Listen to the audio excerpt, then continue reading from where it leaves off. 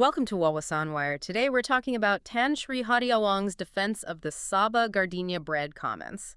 Now, if you follow Malaysian politics at all, you definitely remember this one. Oh, absolutely. It kicked off with, well, what seemed like a small thing. A politician makes a joke about a loaf of bread during a campaign. A really common staple food, too. Right, and it just goes viral, instant outrage. But the real story here, I think, isn't the gaff. No, not at all. It's the political jiu-jitsu that happened next.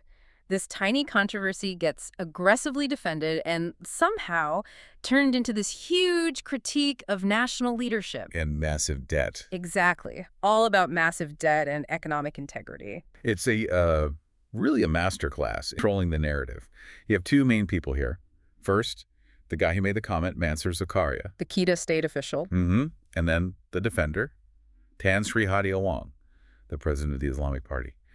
And his move wasn't defensive at all. It was a full-on offensive maneuver. It was designed to pull everyone's attention away from the local insult, the bread, and onto something much, much bigger. Okay, so let's set the scene properly. This all happened during the Sabah election cycle, right? Exactly. So tensions were already high.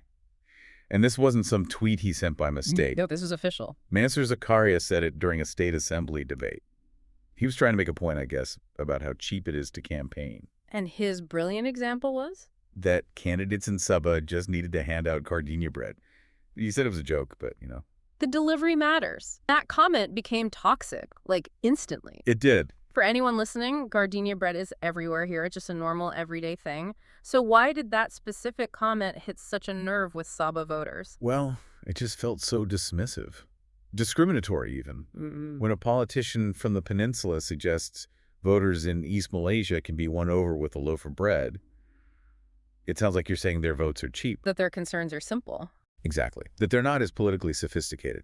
And that touches on very deep, very old sensitivities about the relationship between the peninsula and the Borneo states. So the insult wasn't really about the bread. No. It was about devaluing the voter. It's a classic case of a casual comment just landing on a raw political nerve.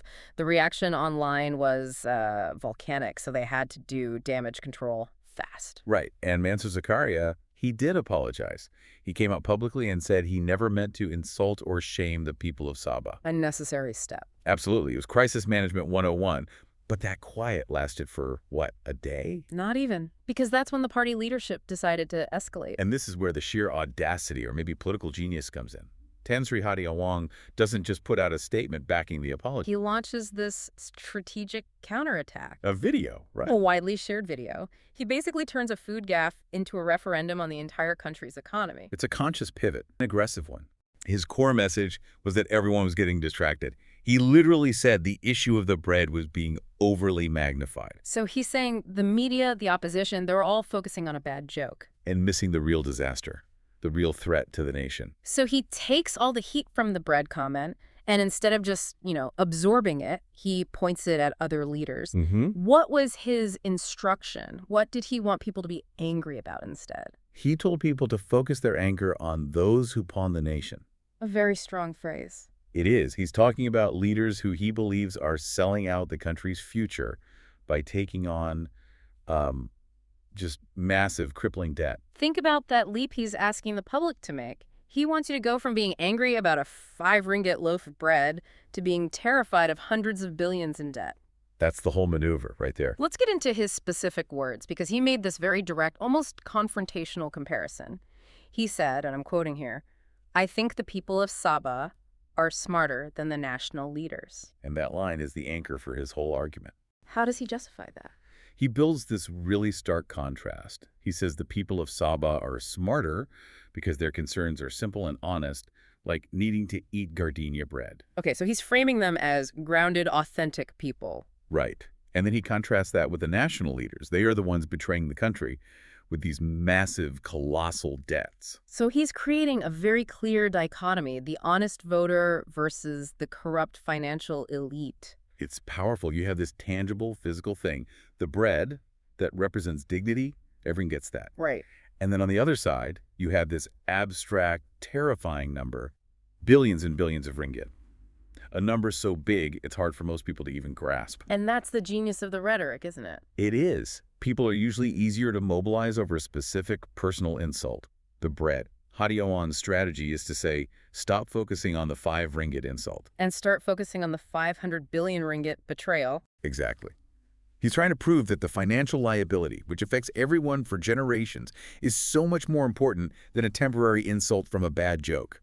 But doesn't that open him up to the criticism that he's just excusing a discriminatory comment? He's basically saying, if you care about good government, you have to ignore the bad manners from my guy. From a political science perspective, yes. He's prioritizing one thing, fiscal integrity over another, which is social respect and cohesion. It's a calculated bet. It's a huge bet. He's betting that fear over national debt is a stronger emotion than regional offense. And it's a common strategy. When you're hit with a small scandal, you pivot to a huge crisis. And it completely changed the conversation. Suddenly, nobody was talking about Mansur Zakaria anymore. He was almost forgotten. Everyone was now debating Malaysia's finances. Who's to blame for the debt?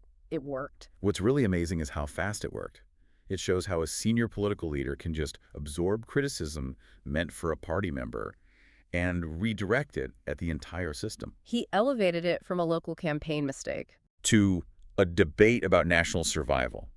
He's forcing the narrative that financial responsibility is the only thing that matters when you judge a leader, period. And that does raise a really interesting question for you, the listener. How do you weigh these things? Is focusing on the Gardenia bread comment the right thing to do? To hold politicians accountable for their tone, for their cultural awareness? Or is that just a distraction? Like Hadi Awang argues, should the public be pushed to focus on these massive financial issues that will define our future? There's no easy answer to that, is there? Not at all. And if you think about the bigger picture, this kind of deflection, it sets a precedent. How so? It tells every political party that if you get caught in an embarrassing local scandal, you can try to short-circuit the whole thing by pointing to a bigger, scarier national threat. It shifts the burden of proof. Right. The question is no longer, why did your guy say that? It becomes, which politician is the real traitor? The scale of the argument changes everything. So, to sum it up, we saw a controversial joke about bread get deliberately escalated.